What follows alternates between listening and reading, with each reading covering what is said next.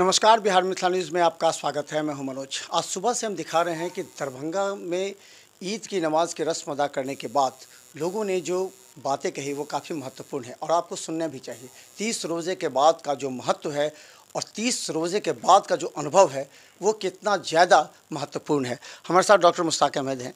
ये बताइए कि 30 रोज़ा होता है, उसके बाद ईद, तो ये 30 रोज़े में अनुभव क्या है, क्या बताता है? क्योंकि इसका धार्मिक और वैज्ञानिक दोनों महत्व है। इस्लाम धर्मावलंबी के लिए पूरे विश्व में दो ही त्यौहार हैं, एक ईद उल फित्र और एक ईद उल अजहा। ईद उल फित्र पूरे महीने के रोज़े रखने के बाद ईद का शाब्दिक अर्थ ही होता है खुशी। ईद एक ऐसा त्यौहार है जो सामूहिक जीवन, समता और भाईचारे का पैगाम देता है। ईद की नमाज उस वक्त तक नहीं होगी जब तक कि हम फितरे की रकम गरीबों में न बांटें। इसका एक महत्वपूर्ण पक्ष यह है कि अगर कोई धनवान है तो वो इतनी रकम अपने पारिवारिक के हर फर्द की तरफ से, हर व्यक्ति की तरफ से फितरे के तौर पर दे दे, ताकि समाज का जो पसमानदा तबका है, आर्थिक दृष्टि से कमज़ोर है, वो भी ईद की खुशियों में शामिल हो सके। इसलिए कहा गया कि ईद की ईदगाह में जाने से पहले फितरे की रकम अदा हो जानी चाहिए। आपने देखा होगा कि पूरे माह रमज़ान ये सामूहिक सरोकार का पर्व है। आपने देखा होगा कि इफ्तार सामूहिक जीवन का द्योतक है। फितरे की रकम आर्थिक दृष्टि से कमज़ोर जो लोग हैं उनके बल देने के लिए है।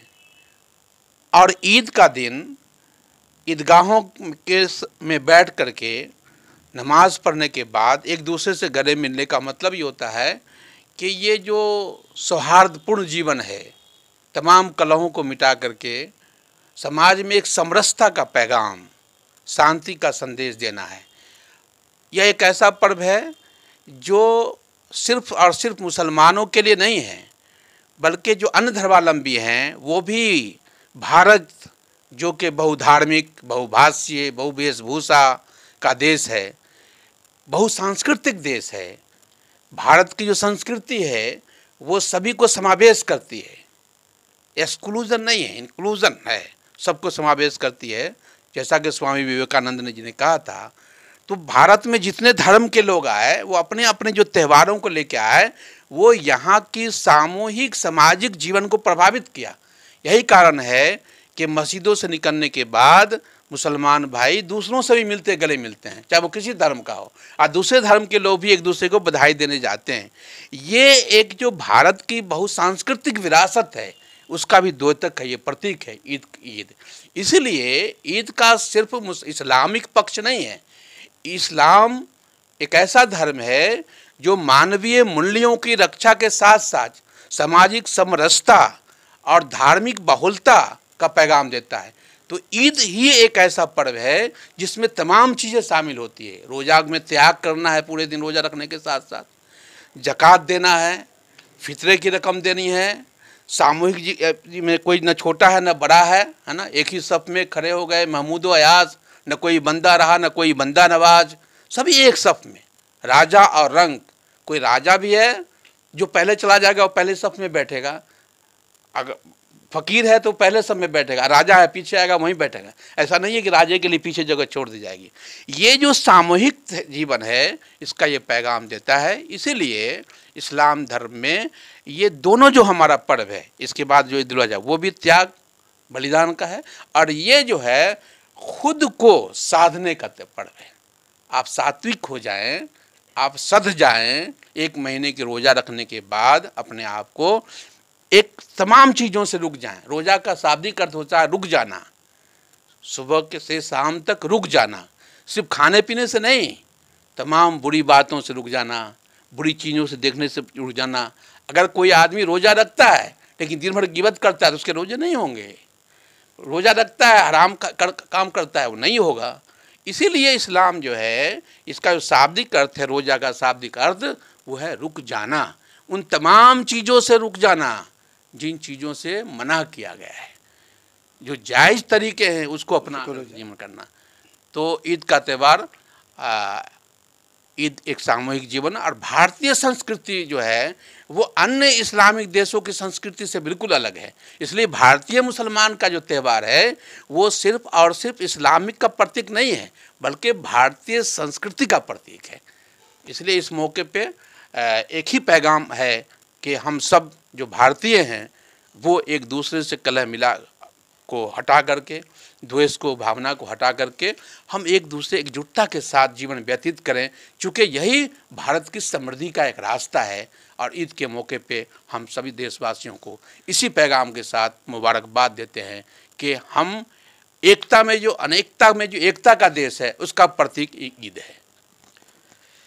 क्या लगता है इस ईद का और क्या महत्व हो सकता है? कुछ स्वास्थ्य के दृष्टिकोण से, वैज्ञानिक दृष्टिकोण से भी इसका काफ़ी ज़्यादा महत्व है। 30 दिन आदमी फास्टिंग में रहता है, उसका क्या? स्वास्थ्य के दृष्टि से और इसकी दृष्टि से, वैज्ञानिक दृष्टि से बहुत बातें आई हैं और इसमें भी आती रहती हैं। एक चीज़ हम ये कहना चाहते हैं कि ये असल इसका इंटेंशन ये है कि कोई भी गरीब या उसका बच्चा इस मौके पे जो है सो, जैसे अमीर के बच्चे अच्छे कपड़े में जाते हैं, वो भी अच्छे कपड़े में जाए, उसकी व्यवस्था इस्लाम धर्म ने की है। इसका एक उदाहरण यह है कि हमारे प्रॉफेट हज़रत मोहम्मद सल्लल्लाहु अलैहि वसल्लम ईद के दिन गुज़र रहे थे, देखा कि 2 बच्चा बगल में बैठा हुआ और जो जैसे मायूस है, बाकी बच्चे खेल रहे हैं। तो हुजूर पाक उनके पास गए, बेटा क्यों चुप हो? कहा कि मेरे माँ बाप नहीं है। तो कहा तुम नहीं पसंद करते कि हज़रत मोहम्मद तुम्हारा बाप हो जाए? और फिर उसको घर ले गए अपना, और ये किए। तो ईद का पैगाम इसी चीज़ का है कि हम अपने बच्चों की खुशी से ज़्यादा पड़ोसियों और गरीबों के बच्चे की खुशी को देखें, तभी ये सार्थक होगा हमारे लिए ईद का त्यौहार और रमज़ान का रोज़ा। नहीं तो अगर हमारा पड़ोसी में सिर्फ मुसलमान नहीं आता है, हर धर्म के लोग पड़ोसी के कंसेप्ट में इस्लाम में आते हैं। अगर हम खाते हैं वो भूखा है तो हमारी जितनी इबादत है वो अल्लाह के यहाँ कबूल नहीं होगी, है ना? अभी आपने जो पूछा ना कि ये साइंटिफिक भी है। साइंटिफिक ये है कि एक जापानी साइंटिस्ट को 5 साल पहले नोबेल अवार्ड मिला, और वो नोबेल अवार्ड इसलिए मिला कि उसने एक थ्योरी दिया विश्व को कि कोई व्यक्ति अगर 14 घंटा फास्टिंग में रहता है तो 24 घंटा फास्टिंग में रहने के कारण उसके अंदर जो है वो जो कैंसर जैसी मर्ज है उस पर काबू पाया जा सकता है, और जो फैटी लीवर की बीमारियां हैं उस पर इसलिए उसको जापानी जो ये हैं उनको अवार्ड मिला नोबेल का। और इसलिए उसने ये थ्योरी दिया कि सुबह अगर आप कोई आदमी 7 बजे रात में खाना खा ले और दिन के दिए करे, ये रोज़ा का भी है कि किसी भी महीने में हो 14 घंटे से कम का रोज़ा नहीं रहता है हमेशा।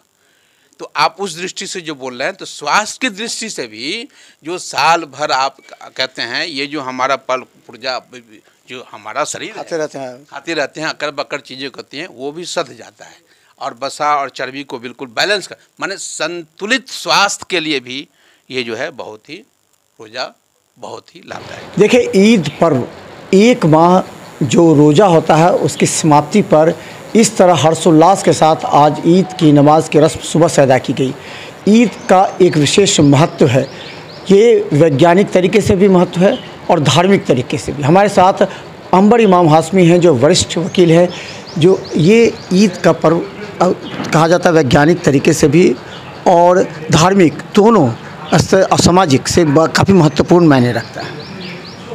साइंटिफिकली कहा गया है लगातार कोई 22 दिन तक खाली पेट होकर रहेगा, किसी चीज़ का सेवन नहीं करेगा, ये एक्स्ट्रा सेल जो फॉर्मुलेट होते हैं बॉडी में जो कहीं न कहीं नुकसान करते हैं वो स्वतः समाप्त हो जाएगा।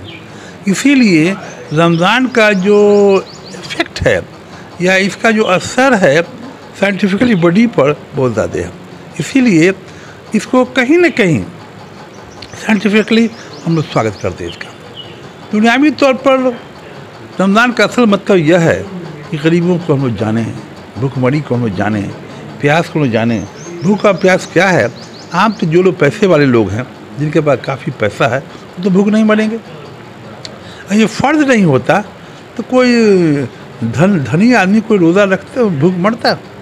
इसी हर बात से इसका और थर्ड इम्पोर्टेंस है ज़कात देना है, फितरा देना है, गरीबों की सहायता करना है।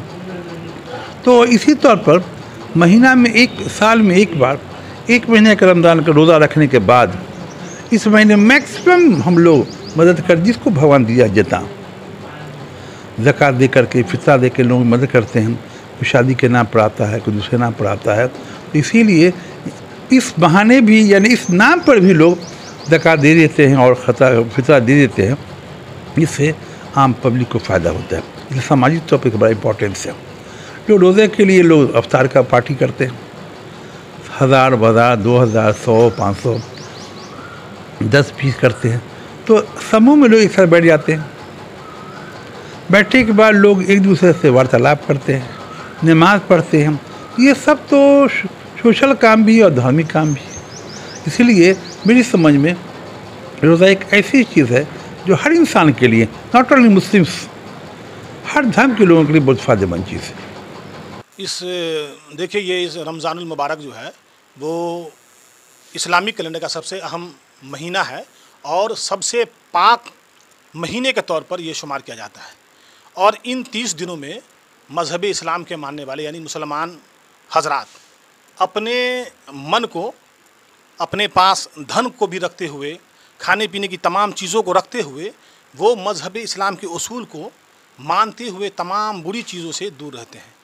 खाने की जो चीज़ उनको दस्तयाब है या जो चीज़ें मिल रही है, उनको सिर्फ़ और सिर्फ अल्लाह तबारक व तआला के हुक्म को मानने के लिए, बजा आवरी करने के लिए वो उन तमाम चीज़ों से दूर जाते हैं और ये कोशिश करते हैं कि हम उस मज़हब इस्लाम के अहकमुल हाकिमीन, जिन्हें अल्लाह तबारक व तआला भी कहा जाता है, उनके बताए हुए रास्ते पर हम चले और हमारी ये जो दुनिया है, जो मुख्तसर सी दुनिया है, हम इसमें कामयाब व कामरान हो जाए।